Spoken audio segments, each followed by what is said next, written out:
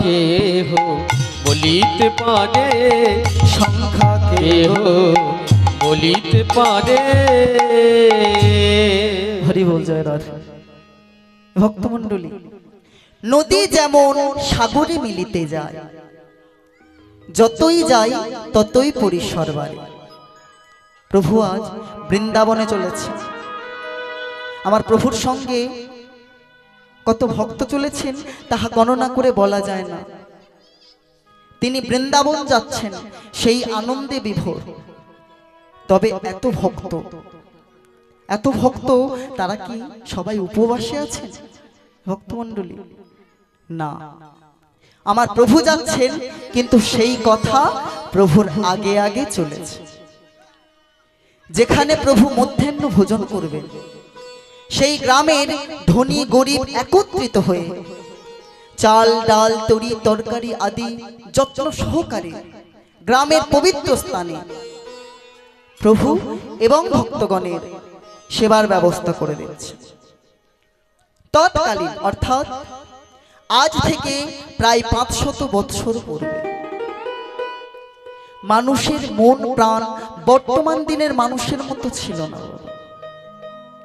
বর্তমান দিনের মানুষ আমরা বহু শিক্ষায় শিক্ষিত হয়েছি, জ্ঞানী গুণী বুদ্ধিমান হয়েছে। বুদ্ধির কৌশলে কিংবা শিক্ষার কৌশলে বহু ধন সম্পত্তির অধিকারী হয়েছে, দালান কোঠা নির্মাণ করেছে।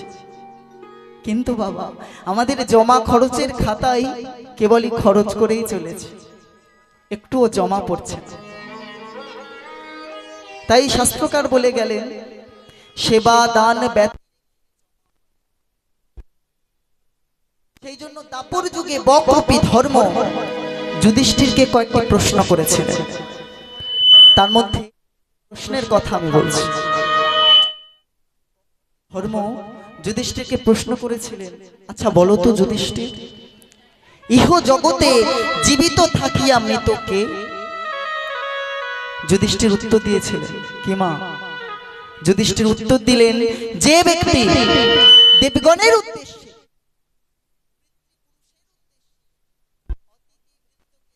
করে না, সেই ব্যক্তি জীবিত থাকিয়া মৃত।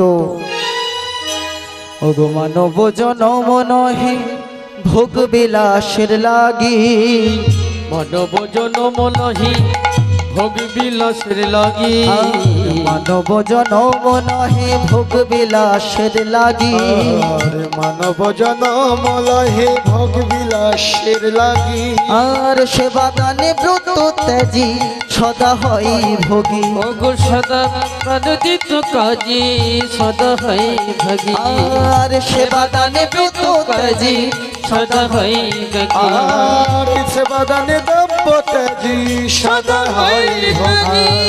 জীবিত থাকিয়া তারে মৃত বলি জানি, জীবিত থাকিয়া তারে মৃত বলি জানি। জীবিত থাকিয়া তারে মৃত বলি জানি, ওগো জীবিত থাকিয়া তারে মৃত বলে জানি। আর আত্মীয় কুটুম্ব পালি হয়নি রইগামী, আর আত্মীয় কুটুম্ব পালি হয়নি রোগামী। আর আত্মীয় কুটুম্ব পালি হয়নি রইগামী। ওগো আত্মীয় কুটুম্ব পালি হয়নি পালি। মরাই ভালো ও তার মরাই ভালো, মরাই ভালো, মরাই ভালো, ও তার মরাই ভালো, মরাই ও ভালো। তার মরাই ভালো, মরাই ভালো। অনিত সেবাই জন্ম গেল, মরাই ভালো, ও তার মরাই ভালো। বলি আত্মসংযম জন্ম গেল, মারাই ভালো তার মারাই ভালো। ভক্তমণ্ডলী, ভক্তিমতী মায়েরা, সাধুগুরু ব্রাহ্মণ বৈষ্ণবজন, বর্তমান দিনে আমরা কেমন ধনী হয়েছি দেখুন। ধরুন ছেলের বিবাহ দিয়েছি কোনো এক ধনীর ঘরে, ছেলের বউ ভাতে ধনী ধনী আত্মীয় স্বজন এসেছে, লুচি পুরি রসগোল্লা দই আদি প্রচুর প্রচুর পরিমাণে সেবার ব্যবস্থা হয়েছে। তাদেরকে পরিবেশনও করা হচ্ছে, তাদেরকে এত দেয়া হচ্ছে তারা আর খেতে পাচ্ছেন না, তারা জানাচ্ছেন আর দেবেন না, আর দেবেন না। কিন্তু তাদের বলা হচ্ছে আরো দুটো লুচি নিন, আরো দুটো মিষ্টি নিন। কেন গো? কারণ তারাই তো পথে যেতে বলে যাবে, অমুক বাবু খুব ভালোই খাইয়েছে, সব জিনিসটা রিপিট করেছে, তাই তাদের পাতে জোর পূর্বক দেওয়া হচ্ছে। তাই তারা খেতে পারলো না, কিছু খেলো আর কিছু পাতে রয়ে গেল। সেগুলিকে নিয়ে আমরা কি করি গো হে ভক্তমণ্ডলী? সেগুলিকে নিয়ে ওই নর্দমায় কুকুরের মুখে ফেলে দিলাম। এদিকে কি হলো গো? ওগো এদিকে দেখা গেল ওই দালানের দুয়ারে কয়েকজন অনাহুত ভিখারি ভিখারিনী বসে আছে, বসে আছে। তারা চাই না লুচি পুরি রসগোল্লা রাজভোগ দই মিষ্টি, এক মুঠো ডাল ভাত হলে কত না মনের আনন্দে সেবা করে আশীর্বাদ করে যা, আশীর্বাদ করে যায়। দালানের দুয়ারে কয়েকজন অনাহুত ভিখারি ভিখারিনী হাত পেতেছে। বাবু, বাবু দুটো খেতে দিন, বাবু দুটো খেতে দিন, দুদিন হলো কিছু খাইনি, বাবু দুটো খেতে দিন। আমরা মানুষ অহংকারের বশবর্তী হয়ে চিৎকার করে বলে উঠলাম, কি হলো?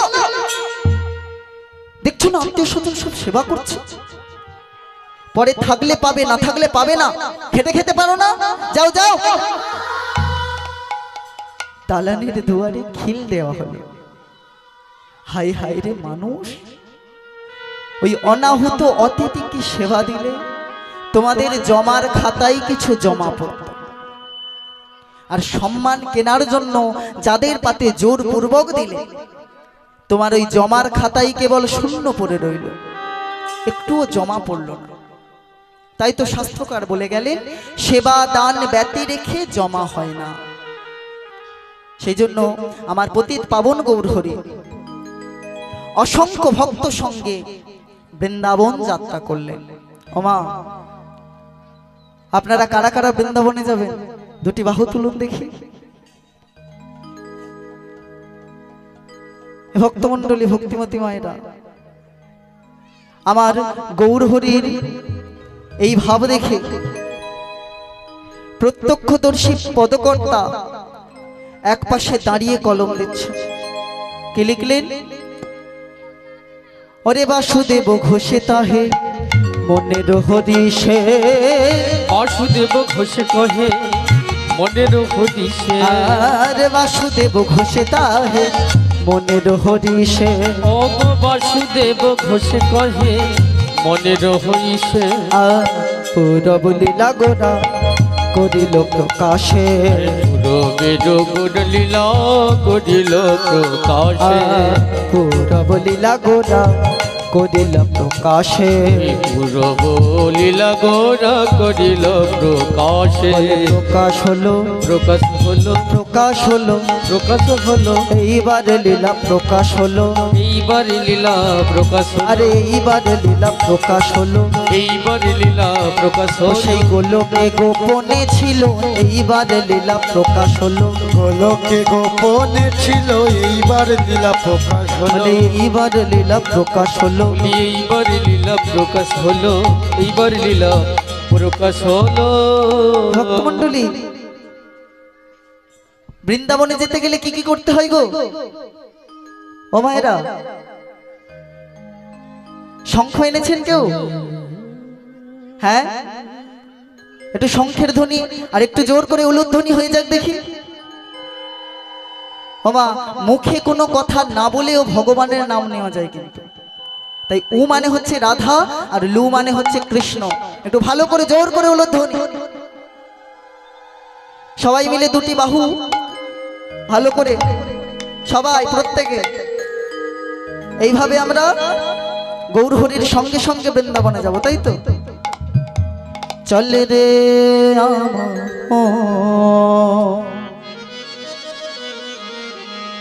শ্রীধাম মধুরে বৃন্দাবন,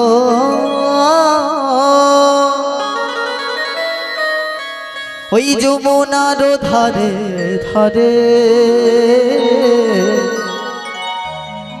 তমালের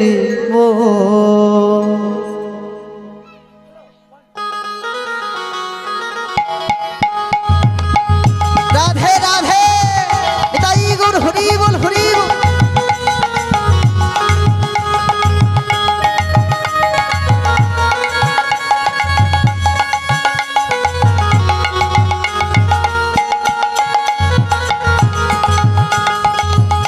চলে রে আমার মন ওই না মধুর বৃন্দাবন,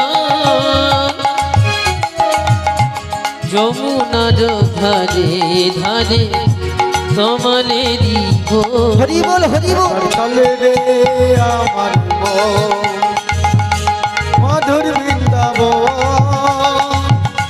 যমুনার ধারে ধারে তমালেরি বন।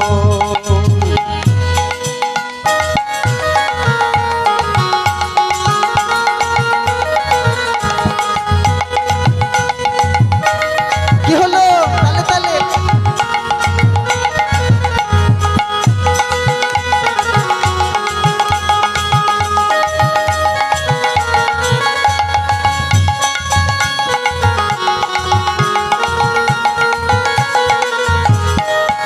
সেথাই শ্যাম কুণ্ড রাধা কুণ্ড,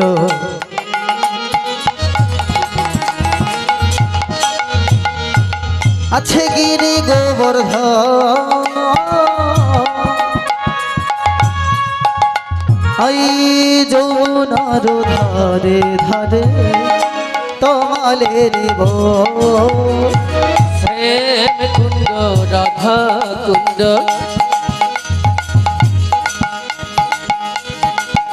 ওই না গিরি গোবর্ধন, ওই যমুনা তুলিলে সেটাই তমালেরি বন। ওই আবার চলে রে আবার চলে রে আমার মন মধুর বৃন্দাবন, যমুনার ধারে ধারে তমালের বন। চলে রে আমার মন ওই না মধুর বৃন্দাবন, ওই যমুনা পুরিলে সেটাই তমালেরি বন।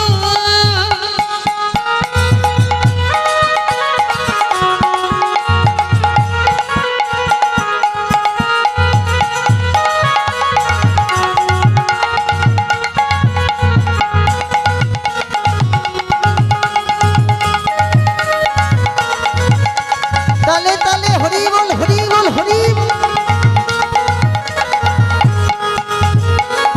শ্রীদম সুদম দম বসুদম আর খেলে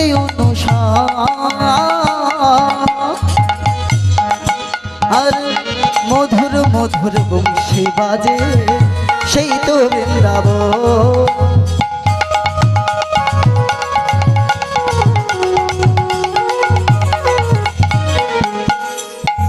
আর শ্রীদম সুদম দম বসুদম বসুদম, ওই না যত সখাগণ, ওই যমুনা পুলিলে কি হলো কি হলো হাত নিচে নেমে যাচ্ছে। তমালেরি বন। চলে রে আমার মন মধুর বৃন্দাবন, যমুনার ধারে ধারে উলুধ্বনি উলুধ্বনি ওই চলে রে আমার মন ওই না মধুর বৃন্দাবন, যমুনার ধারে ধারে তমালেরি বন। আর চলে রে আমার মন হরি বল হরি বল হরি বল হরি বল। ওই যমুনার ধারে ধারে তমালের বন। ওই চলে রে আমার মন ওই মধুর বৃন্দাবন, তাই বল হরি বল হরি বল হরি বল। যমুনা পুলিলে সেটাই তমালেরি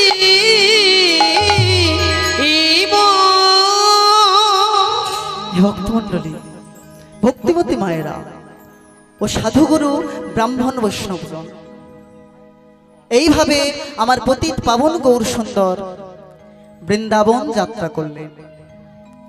এই সংবাদ পেয়ে যেখানে প্রভুর মধ্যাহ্ন সময় হবে অর্থাৎ দুপুর,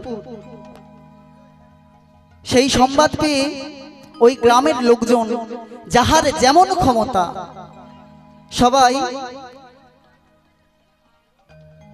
আমার মহাপ্রভুর সেবার ব্যবস্থা করতেন। কেমন ভাবে গো? এইভাবে, ওগো চলে গোরা চলে গোরা ভক্তগণ সাথে রে, ওই চলে গোরা চলে গোরা ভক্তগণ সাথে রে, চলে গোরা চলে গোরা ভক্তগণ সাথে রে, চলে গোরা চলে গোরা ভক্তগণ সাথে রে, মুখে বলে হরি হরি,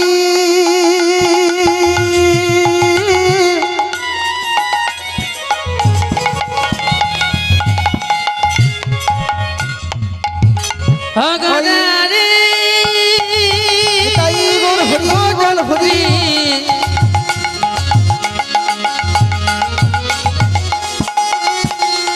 ও গোড়ারি গোড়ারি,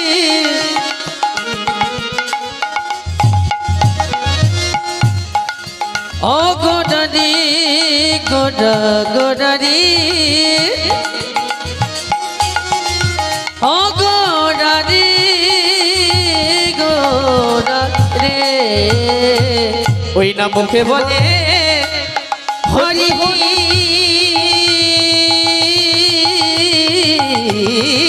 হরি,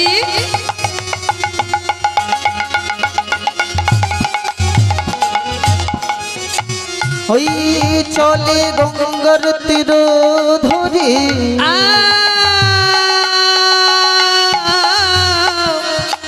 মুখে বলে হরি হরি, ওই না মুখে বলে হরি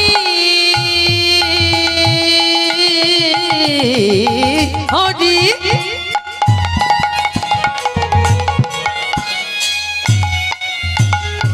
ওই চলে গঙ্গার তীর ধরি, আর কত দিবা নিশিরা পথে রে, ওই না কত দিবা কত দিবা নিশিরাই পথে রে, কত দিবা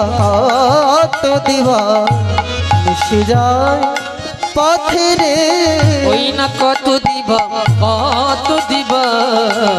নিশি জয় পথে রে, আমার গৌর চলে বৃন্দাবনে, আমার কবু হরি বল হরি বল হরি বল, ওই না বৃন্দাবনে, ওই কত শত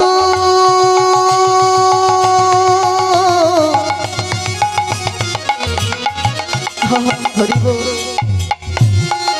ভক্ত শোনে আমার গৌর চলে ওই না বৃন্দাবনে, আর কত শত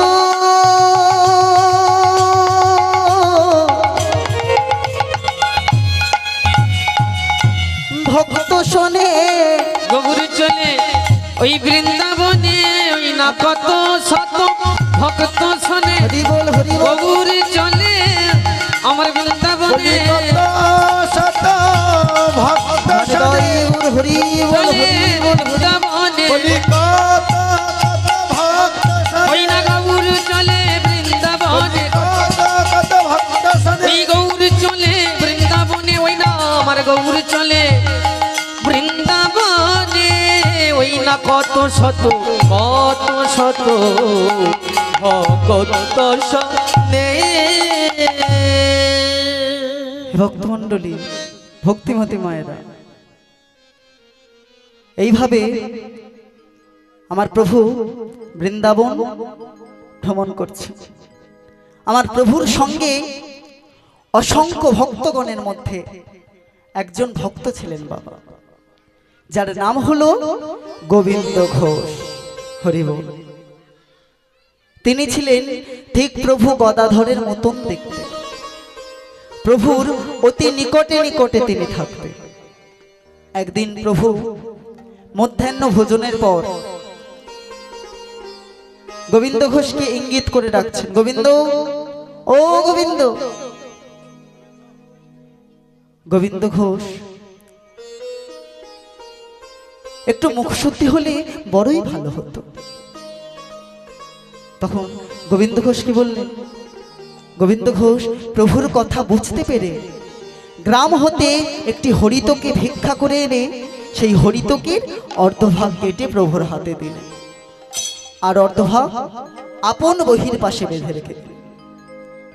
তখন মহাপ্রভু আমার মৃদু মৃদু হাস্য সহকারে গোবিন্দের হাত থেকে মুখশুদ্ধি গ্রহণ করলেন। তখন গোবিন্দ মনে মনে ভাবছেন, এমন সৌভাগ্য হয়তো আর কারো হবে না, কারণ স্বয়ং ভগবান নিজে আমার হাত থেকে মুখশুদ্ধি গ্রহণ করেছে। গোবিন্দ ঘোষ নিজেকে মহাধন্য মনে করলেন। এদিকে মহাপ্রভু পরদিন অগ্রদ্বীপে উপস্থিত হয়ে মধ্যাহ্ন ভোজনের পর পুনরায় গোবিন্দ ঘোষকে ইঙ্গিত করে ডাকছে। গোবিন্দ ঘোষ আগের দিনের অর্ধভাগ হরিতকে আপন বহির পাশে বেঁধে রেখেছিলেন, তাই চাইতেই সঙ্গে সঙ্গে প্রভুর হাতে তুলে দিলেন। তখন মহাপ্রভু আমার মৃদু মৃদু হাস্য সহকারে বলে উঠলেন, গোবিন্দ, ও গোবিন্দ, আমি গতকাল মুখশুদ্ধি চাইলে তোমার তো দিতে বেশ দেরি হলো দেখলাম, তবে আজ এত সত্তরে দিলে যে? গোবিন্দ ঘোষ বললেন, প্রভু, আমি আগের দিনের অর্ধভাগ হরিতকে আমার বহির পাশে বেঁধে রেখেছিলাম, তাই চাইতেই তোমার হাতে সত্তরে তুলে দিয়েছি। প্রভু বললেন, গোবিন্দ, তাহলে তোমার মধ্যে এখনো সঞ্চয় বাসনা আছে, কিন্তু আমি তো জানি সন্ন্যাসীর ত্যাগই হলো ধর্ম, আর সঞ্চয় বাসনা অধর্ম। সুতরাং আমি সন্ন্যাসী, আমার সঙ্গে যত ভক্তগণ এসেছে তারা সবাই সন্ন্যাসী। যেহেতু তোমার মধ্যে এখনো সঞ্চয় বাসনা আছে, তাহলে আমার সঙ্গে তোমার আর বৃন্দাবনে যাওয়া হবে না। যেই এ কথা বলেছেন বাবা, গোবিন্দ ঘোষ আছাড় খেয়ে পড়েছে, ধুলাই পড়ে কাঁদছে আর বলছে, ও গো ভগবান,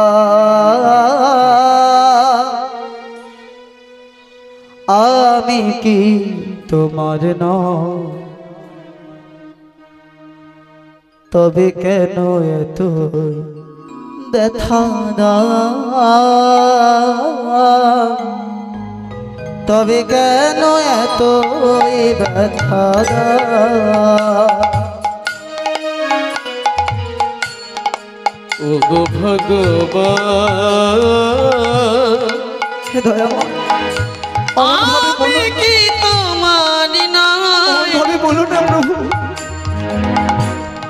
তবে কেন এত তোমায় ছেড়ে কেমন ভাবে থাকবো? আমি তোমায় ছেড়ে থাকতে পারবো না। তবে কেন এত ব্যথা দাও,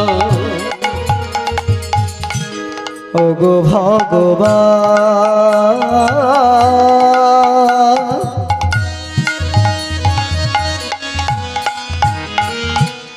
আমি কি তোমার নয়, তবে কেন এত ব্যথা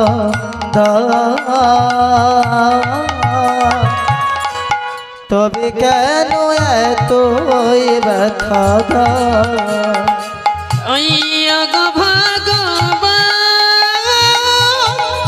আমি কি তোমারই নয়, তবে কেন এত ব্যথা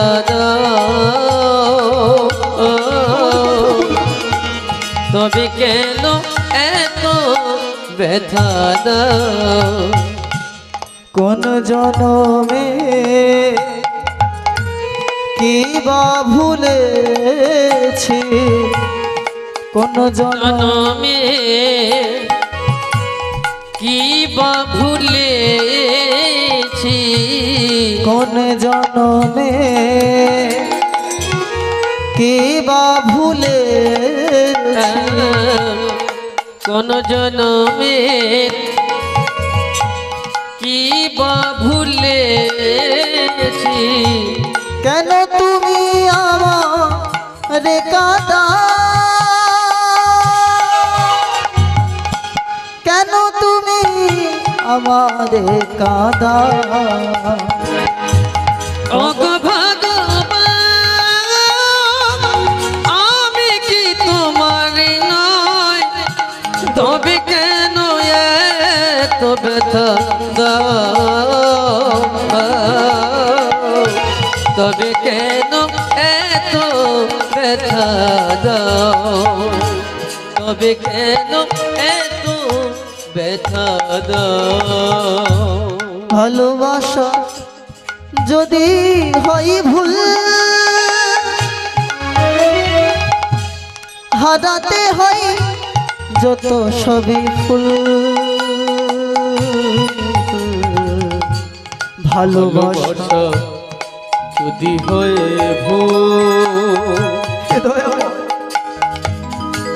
হারাতে হয় সবই দিনায় অপরাধে দিতে হয় ভুলে রে মাসুল,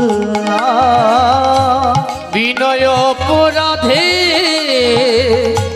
দিতে হয় ভুলে রে মাসুল,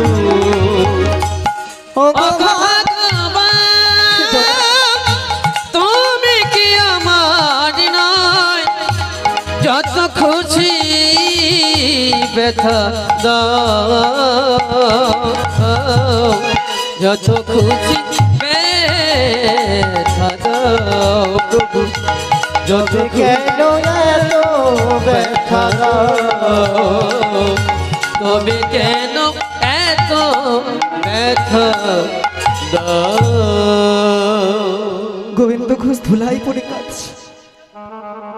প্রভু বলছে, গোবিন্দ তুমি শোক পরিত্যাগ করো, তোমার অন্তরে আমি সঞ্চয় বাসনা জাগাইছি, তোমার অন্তরে সঞ্চয় বাসনা ছিল না। গোবিন্দ ঘোষ তখন আকুল প্রাণে কেঁদে উঠে বললে, হে পতিত পাবন গৌরহরি, তুমি দয়াময়, তুমি কৃপাময়, আমি কি এমন অপরাধ করেছি প্রভু, যার জন্য আমাকে এমন করে ত্যাগ করার ইচ্ছা তুমি করলে, আমাকে এমন ভাবে ছেড়ে চলে যাবে। গৌরহরি গোবিন্দ ঘোষের অঙ্গে তার কমল কর অর্পণ করে বলছে, গোবিন্দ তুমি দুঃখ পেয়েছো জানি, কষ্ট পাবে তাও আমি জানি, তাই আমি তোমাকে কষ্ট দিলাম, কারণ তোমার দ্বারা আমি আমার বহু কাজ সম্পূর্ণ করব। শোনো গোবিন্দ, আর আমি বৃন্দাবনে গিয়ে তোমার জন্য এক অপূর্ব বস্তু পাঠিয়ে দেব, সেবার এসে আর আমি তোমায় ত্যাগ করে যাব না। তখন গোবিন্দ ঘোষ এ কথা শুনে ভাবলেন, মনে মনে শান্ত হলেন, ভাবলেন প্রভু আবার আসবেন, সেবার এসে আর আমায় হয়তো ত্যাগ করে যাবেন না। তাই মহাপ্রভু বললেন, গোবিন্দ তুমি ঘর বাঁধি গঙ্গার তীরে তুমি জপ কৃষ্ণ নামের কৃপা গুণে পূর্ণ তোমার হইবে মনস্কার। ঘর বাঁধিল যমুনার তীরে, হরি তাই গুর হরি বল হরি বল হরি বল। কৃষ্ণ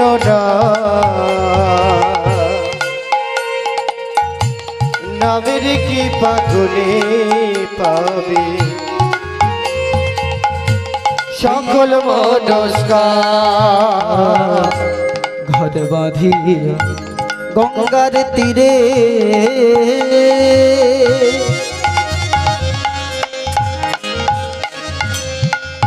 তুমি জপ কৃষ্ণ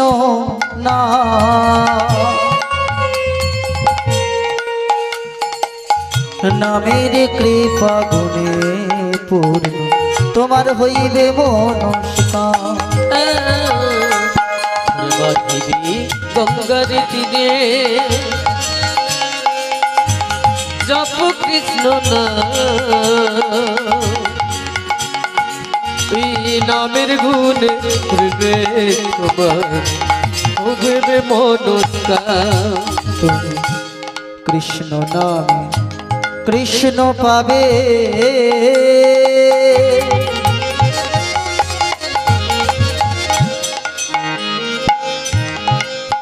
আমি কহিলাম সত্য এই মায়া মোহ পরিহ তোমার ঘুচিবে অন্ত। কৃষ্ণ নামে কৃষ্ণ পাবে, হরি বল হরি বল হরি বল। আমি কহিলাম সত্য মোহমায়ার পরে হরি ঘুচিবে অনন্ত। তুমি কৃষ্ণ নামে কৃষ্ণ পাবে, কৃষ্ণ নামে কৃষ্ণ পাবে, কৃষ্ণ নামে কৃষ্ণ পাবে, কৃষ্ণ নামে কৃষ্ণ পাবে। তুমি ভজ সদাই শুদ্ধ মনে কৃষ্ণ নামে কৃষ্ণ পাবে, তুমি ভজ সভাই কৃষ্ণ মনে কৃষ্ণ নামে কৃষ্ণ পাবে। তুমি কৃষ্ণ হরি তাই গৌর হরি বল হরি বল হরি বল। কৃষ্ণ পাবে, কৃষ্ণ নামে কৃষ্ণ পাবে, কৃষ্ণ নামে কৃষ্ণ পাবে। ভক্তমণ্ডলী, এইভাবে মহাপ্রভু গোবিন্দ ঘোষকে সেই অগ্রদ্বীপের মাঝে রেখে যত ভক্তগণ সঙ্গে বৃন্দাবন যাত্রা করলেন। এদিকে গোবিন্দ ঘোষ সেই অগ্রদ্বীপের মাঝে একটি ছোট্ট কুটির নির্মাণ করে একাকী ভোজন করতে লাগলেন। প্রতিদিন ভিক্ষা করেন গো মা, ভিক্ষা করে তন্ডল যাহা পান আমার গোবিন্দের ভোগ লাগিয়ে প্রসাদ পান। একদিন মহাপ্রভুর আদেশ অনুযায়ী গঙ্গার জলে নেমে শুদ্ধ মনে ভজন করছে। কেমন ভাবে? নম কৃষ্ণকে সব নম রাধা মাধব গোপীজন বল্লভ ও হে গোপী জন বল্লভ শ্যাম। নম কৃষ্ণ কেশব নমো রাধা মাধব গোপী জন বল্লভ শ্যাম। ও হে শ্যাম গোপী জন বল্লভ শ্যাম। নম কৃষ্ণ কেশব নম রাধা মাধব গোপী জন বল্লভ শ্যাম। ও হে শ্যাম গোপী জন বল্লভ শ্যাম। আর নম কৃষ্ণ কেশব নম রাধা মাধব গোপী জন বল্লভ শ্যাম। ও হে শ্যাম গোপী জন বল্লভ শ্যাম। গোবিন্দ ঘোষ এমতো সময় দেখলেন গঙ্গার জলে কি যেন ভেসে এসে তার অঙ্গ স্পর্শ করছে। গোবিন্দ ঘোষ মনে মনে ভাবলেন এই গঙ্গার তীরে হয়তো কত শ্মশান আছে, সেই শ্মশানের পোড়া কাঠ ভেসে এসেছে। তাই কি করলেন গো, কর দিয়ে সেই কাঠখানি দূরে ঠেলে সরিয়ে রেখে আবার ভজন করতে লাগলেন। কেমন ভাবে? সংসার সাগর তারণকারী ভব ভয় ভঞ্জন ত্রিতাপহারী। সংসার সাগরে তারণকারী ভজ ভানু ভঞ্জন ত্রিতাপহারী। সংসার সাগর তারণকারী ভব ভয় ভঞ্জন ত্রিতাপহারী। সংসার কারণে তাই পাপহারি ভব ভয় ভঞ্জন এই পাপহারি। ভজ হুরে শ্রী বংশীধারী ভজ হুরে মন শ্রী বংশীধারী। ভজ হুরে মন শ্রী বংশীধারী। ভজ হুরে মন শ্রী বংশীধারী। আর শীতল সুখদা প্রাণারা প্রাণারা গোপী জন বল্লভ গোপী জন বল্লভ শ্যাম। ও হে শ্যাম গোপী জন গোবিন্দ গোবিন্দ সহসা দেখলেন তার মানুষ পটে শ্রী গৌর সুন্দর উদয় হয়ে বলছে, গোবিন্দ গোবিন্দ তুমি উহাকে পোড়াকার ভেবেছ? না না, উহাকে তুমি যত্ন সহকারে তোমার কুঠিরে তুলে রেখে দাও। আমি সুদূর বৃন্দাবন হতে ওটা তোমার জন্য পাঠিয়েছি, ওটা তোমার কাজে লাগবে। গোবিন্দ ঘোষ প্রভুর কথাই বুঝতে পারলেন না, ভাবছেন যখন প্রভুই পাঠিয়েছেন তখন আর দেরি করা ঠিক হবে না। কাঠখানি অতি যত্ন সহকারে কুঠিরে তুলে রেখে দিলেন। পরদিন প্রভাতে দেখে সেটি কাঠ নয়, একটি কালো পাথরে পরিণত হয়েছে। গোবিন্দ ঘোষ মনে মনে ভাবলেন, তাহলে প্রভু আমার প্রতি সদয় হয়ে এই পাথরটি পাঠিয়েছে। এইভাবে কিছুদিন যাওয়ার পর শ্রীমান মহাপ্রভু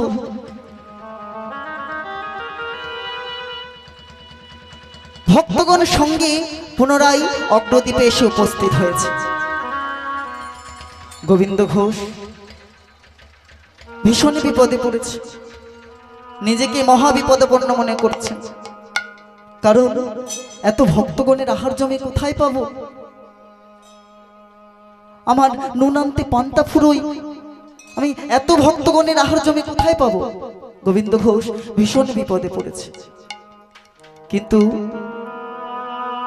যিনি সকলে বিপদহারী, তিনি কি তার ভক্তকে বিপদে ফেলতে পারেন? ভক্তমণ্ডলী কখনোই পারেন না। তাই মহাপ্রভুর আগমন বার্তা শুনে ওই গ্রামের লোকজন যাহার যেমন ক্ষমতা এনে অগ্রদ্বীপে উপস্থিত হয়েছে। গোবিন্দ ঘোষ সবার সঙ্গে যুক্ত হয়ে মহাপ্রভু এবং ভক্তগণের সেবার ব্যবস্থা করছে। ভক্তগণের সঙ্গে মহাপ্রভুর প্রসাদ পাওয়া হয়ে গেলে গোবিন্দ ঘোষ প্রসাদ পেলেন। তখন প্রভু বললেন, গোবিন্দ, ও গোবিন্দ। গোবিন্দ ঘোষ চমকে উঠে প্রভুকে লক্ষ্য করে দেখলেন। প্রভু বলছেন, গোবিন্দ, তুমি পাথরটি পেয়েছো তো? গোবিন্দ ঘোষ বললেন, আগে হ্যাঁ প্রভু, তোমার আদেশ মতো আমি যত্ন সহকারে আমার কুঠিরে তুলে রেখে দিয়েছি। প্রভু বললেন, শোনো গোবিন্দ, আমি কাল ওই পাথরটি দিয়ে একটি শ্রী বিগ্রহ নির্মাণ করব। গোবিন্দ ঘোষ প্রভুর কথা বুঝতে পারছেন না, ভাবছেন যিনি ইচ্ছাময়, যখন যাহা ইচ্ছা করেন তাহাই পূর্ণ হয়। আমি তো সামান্য মতি, প্রভুর ইচ্ছা কি বুঝতে পারি? কখনোই পারি না। তাই পরদিন প্রভাতে দেখে একজন ভাস্কর বিনা আহ্বানে প্রভুর কাছে এসে দণ্ডবত করে দাঁড়ালেন। প্রভু তাকে বললেন ওই পাথরটি কেটে একটি শ্রী বিগ্রহ নির্মাণ করতে। ভাস্কর অতি স্বল্প সময়ের মধ্যে এক অপরূপ কৃষ্ণ মূর্তি নির্মাণ করলেন। তখন প্রভু কি করলেন গো? নিজ হাতে একটা শুভ দিন দেখে ওই মূর্তি প্রতিষ্ঠা করলেন। সেদিন অগ্রদ্বীপে আনন্দের সাগর বয়ে গেল। নবরাত্রি হরিনাম সংকীর্তন সহ ভাগবত পাঠ আদি মাঙ্গলিক কর্ম দ্বারা ব্রাহ্মণ বৈষ্ণব নগরবাসী ও বহু ভক্তবৃন্দের প্রসাদ বিতরণ করে মূর্তি প্রতিষ্ঠা করলেন এবং নাম রাখলেন কি গো ওই বিগ্রহে? শোনো সবাই শোনো, আজ হতে ওই বিগ্রহের নাম হলো অগ্রদ্বীপের গোপীনাথ। নিতাই গৌর হরি হরি হরি। ওমা, গোবিন্দ ঘোষের মন প্রাণ গৌরাঙ্গের চরণ, গোপীনাথের নয়। তাই তিনি আকুল প্রাণে কাঁদতে লাগলেন। কাঁদতে কাঁদতে বলছে, হে প্রভু, আমি এই পাথরের বিগ্রহ নিয়ে কি করব? সে দিলে খায় না, ডাকলে ডাক শোনে না, হাঁটে না, চলে না। আমি এই পাথরের বিগ্রহ তো চাইনি প্রভু, আমি তোমাকে চেয়েছি। তুমি আমাকে কথা দিয়েছিলে এবার এসে আর আমায় ত্যাগ করে যাবে না। তুমি কেন দয়াময় এমন ভাবে আমায় ছেড়ে চলে যাচ্ছ? আমায় ছেড়ে যেও না প্রভু। মহাপ্রভু গোবিন্দ ঘোষের ক্রন্দন দেখে বলে উঠলেন, গোবিন্দ, তুমি বিবাহ করো, সংসারী হয়ে তুমি একে সেবা পূজা করো। শোনো গোবিন্দ, তোমার দ্বারা ভগবানের করুণা এবং তিনি যে ভক্ত বৎসল তার অপার লীলার পরাকাষ্ঠ দেখানো হবে। তুমি এই শ্রী বিগ্রহকে তুচ্ছ মনে করো না, ইনি হলেন শ্রীজীব মূর্তি। তুমি যে ভাবছো কথা বলবে না, ডাকলে ডাক শুনবে না, প্রয়োজন হলে কি করবে জানো? শোনো তবে শোনো, অগো যাচিয়া কহিবে কথা, বোঝাইবে সব বার্তা, চাহিয়া খাইবে গোপীনা, গোপীনা চাহিয়া খাইবে গোপীনা। শোনো গোবিন্দ, যাচিয়া কহিবে কথা, পূর্ণিবে সব কথা, যাচিয়া খাইবে গোপীনা, গোপীনা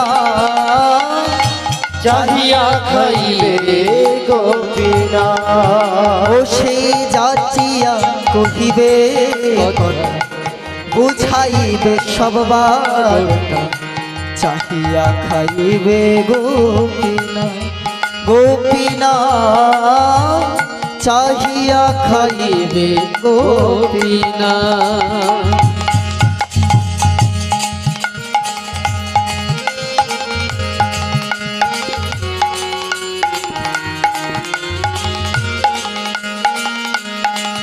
গোপীনাথ চাহিয়া খাইবে গোপীনাথ ও সে সুধালে কহিবে বারে গোপীনাথ চিন্তা চিন্তা তব যাবে অচিরা অচিরা চিন্তা তব যাবে অচিরা। সোথাই কহিবে বাড়ি গোপীনাথ চিন্তা মরে চিন্তা তো বর্মরে অচিরা অচিরা চিন্তা তোমার করে অচিরা যেন আনভেব না আনভেব না ও যেন আনি ভেব না আনি ভেব না যেন আনভেব না আনভেব না যেন অনিভেব না অনিভেব না তুমি ভজ কৃষ্ণ কালো সোনা আনভেব না আনভেব না তুমি ভজ কৃষ্ণ কালো সোনা আনে ভেব না আনে ভেব না যাবে হরি বল হরি বল হরি অনিভেব না ও তুমি আনে ভেব না আনে ভেব না তুমি আনে ভেব না আনে ভেব না।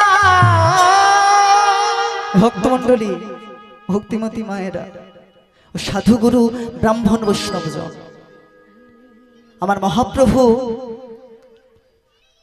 গোবিন্দ ঘোষকে সংসারী হওয়ার আদেশ দিয়ে এবং ওই গোপীনাথের সেবা পূজার ভার দিয়ে যত ভক্তগণ সঙ্গে পুনরায় বৃন্দাবন যাত্রা করলেন।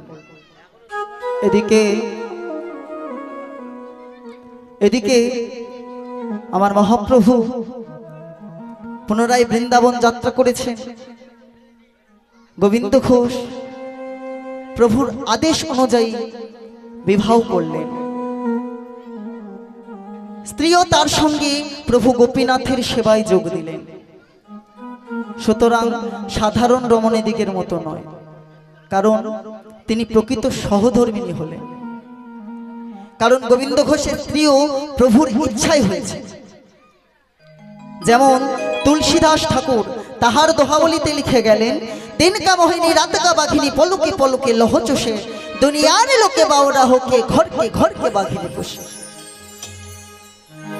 তা বলছে আমাদের এই সংসারে রমণীকে তিন ভাগে ভাগ করা হয়েছে। উত্তমা নারী, মধ্যমা নারী আর অধমা নারী। উত্তমা নারীর লক্ষণ কে গো ভক্তমণ্ডলী? উত্তমা নারীর লক্ষণ হলো তারা সদাই সর্বদাই চেষ্টা করে স্বামী সংসার শ্বশুর শাশুড়িকে সুখে রাখবে, অতিথি সেবা, ব্রাহ্মণ বৈষ্ণব সেবা, ভগবত সেবা দেব, স্বামীর সঙ্গে তীর্থ ভ্রমণ করব, স্বামীর সঙ্গে হরিবাসরে এসে হরিনাম সংকীর্তন আস্বাদন করব ইত্যাদি সৎ কর্ম নিয়ে চলা হলো উত্তমা নারীর লক্ষণ। আর মধ্যমা নারীর লক্ষণ কি? আমা একটু ভালো খাবো, ভালো পড়বো, তার মধ্যে কিছু ধন উদ্বৃত্ত হলে ধর্মকর্ম করা যাবে। নিজের বেশ বিন্যাস বাদ দিয়ে ধর্মকর্ম করা মধ্যমা নারীর লক্ষণ নয় বাবা। আবার অধমা নারীর লক্ষণ দেখো, স্বামী বলছে এই দেখো চলো না ওপারে একটু হরিনাম সংকীর্তন হচ্ছে, একটু শুনে আসি। কীর্তন শুনতে যাও? বড় একবারে কীর্তনের হয়েছে। কাল যখন বললাম ছেলেটি কাঁদছে একটু ধরো দেখি, তার বেলা নয়, এখন বড় কীর্তনিয়া হয়েছে, কীর্তন শুনতে যাবে। কোথাও যাওয়া হবে না, চুপ করে বসো।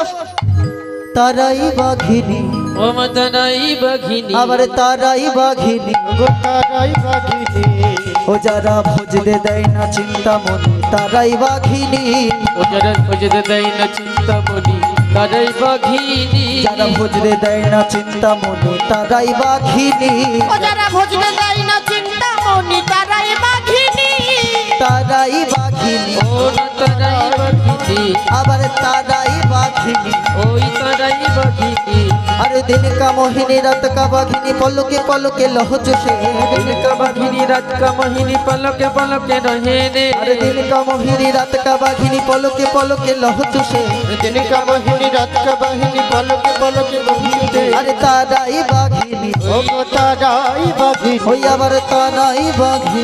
গো তারাই বাঘিনী, ও তারাই বাঘিনী। হরি বল জয় রাধে। এইভাবে প্রভুর কৃপায় গোবিন্দ ঘোষের স্ত্রী মালতী দেবী প্রকৃত সহধর্মিণী হলেন।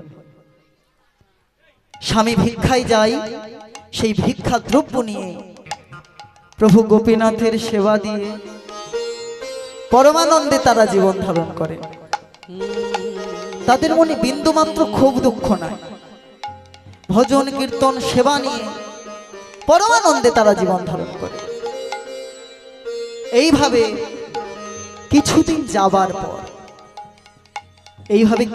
যাবার পর প্রভুর কৃপায় গোবিন্দ ঘোষের একটি পুত্র সন্তান হয়েছে। বাবা, গোবিন্দ ঘোষের একটি পুত্র সন্তান হয়েছে, কিন্তু কি আশ্চর্যের বিষয়, সেই শিশু সন্তানটিকে রেখে গোবিন্দ ঘোষের স্ত্রী মালতী দেবী পরলোক গমন করেছে, মারা গেছে। তখন গোবিন্দ ঘোষ ভীষণ বিপদে পড়েছে। একদিকে মাতৃহারা শিশু সন্তান, অপরদিকে গোপীনাথের সেবা, কি করবে কিছু ভেবে ঠিক করতে পারছেন না। বাধ্য হয়ে প্রভু গোপীনাথের কাছে গিয়ে বলছে, হে গোপীনাথ, গোপীনাথ, আমি এখন কি করব প্রভু, তুমি বলে দাও দয়াময়, আমি এই শিশু সন্তানকে সেবা দেব কি করে, মানুষ করব কি করে, তুমি বলে দাও দয়াময়, আমি এখন কি করব। আর কত গো গিরি ধরিলা, আড়ালে আড়ালে রাবে,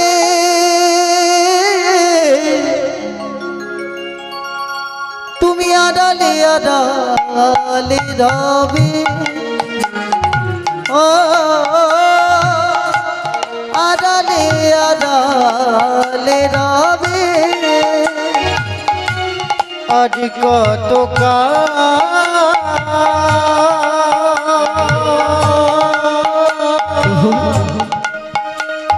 ওই নাগিনী খাদিলা, আড়ালে আড়ালে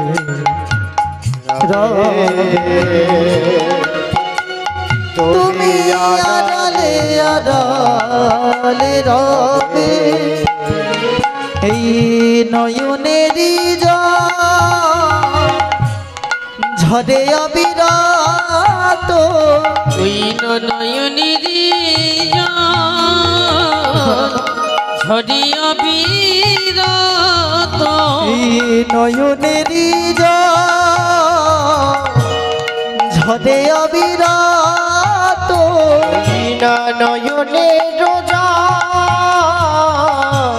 ঝরিয়া বিরাত, দর্শন দেবে বা কবে গিরিধারীরা, আড়ালে আড়ালে রবে,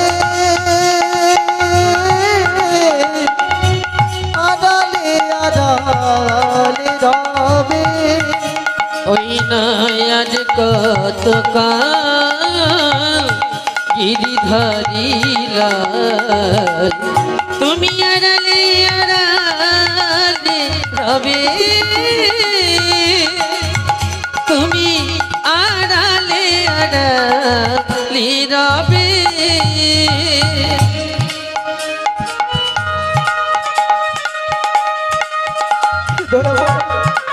আমি এখন কি করবো?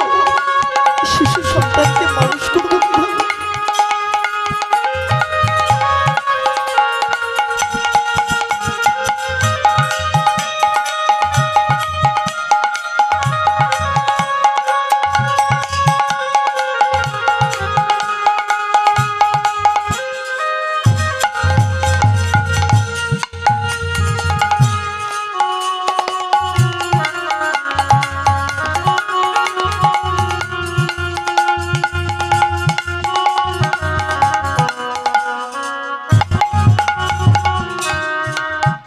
ওগো দেখা যদি না দেবে ওগো নিরুদয় তবে কেন আশা দিয়ে ধরালে হৃদয় ওই দেখা যদি নাহি দেবে ওরে নিরুদয়ে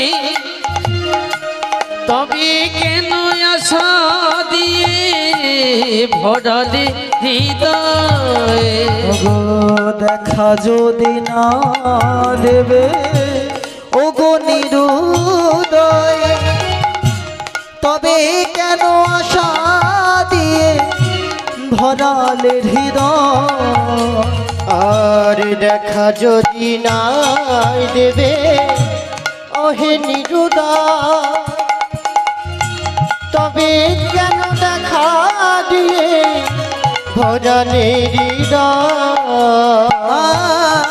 আকুলয়া মরমের ব্যথা আকুলয় আমার মরমের ব্যথা আকুলয়া মরমের ব্যথা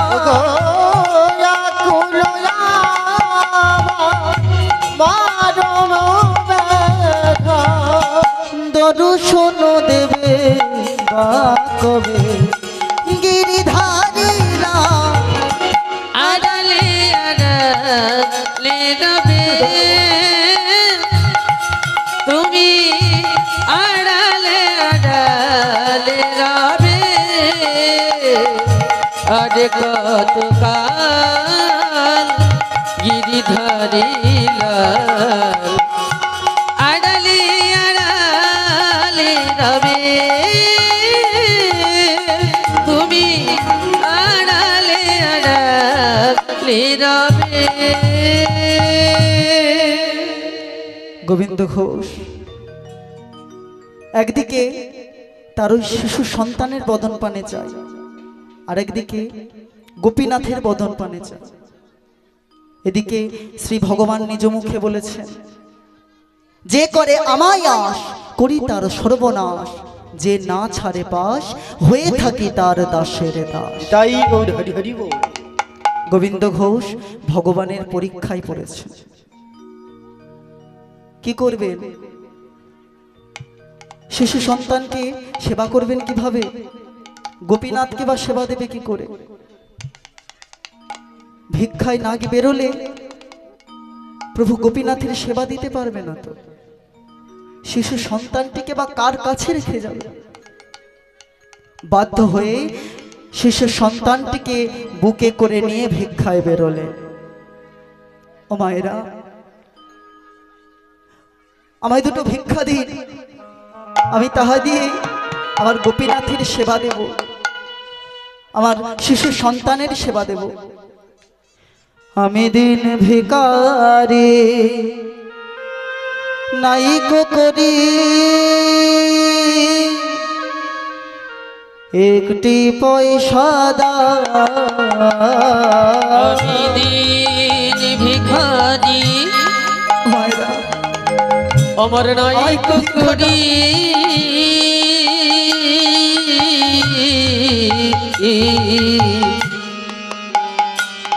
আমার কিছু ভিক্ষা দাও।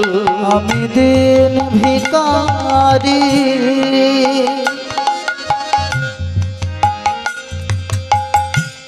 নাইকো করি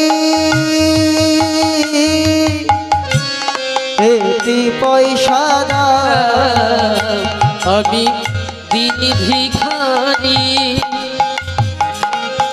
আমার নাই করি আমার কিছু ভিক্ষা দাও। আর একটি পয়সা দাও মায়েরা একটি পয়সা দাও। আমায় একটি পয়সা দাও মায়েরা আমায় একটি পয়সা দাও। আমি দিন ভিখারি নাই করি আমায় কিছু ভিক্ষা দাও। আমি দিন ভিখারি নাইকো করি একটি পয়সা দাও। আমি দিন ভিখারি নেই করি আমায় কিছু ভিক্ষা দাও। আমি দিন ভিখারি নাইকো করি একটি পয়সা দাও। আমি এসেছি তোমাদের দ্বারে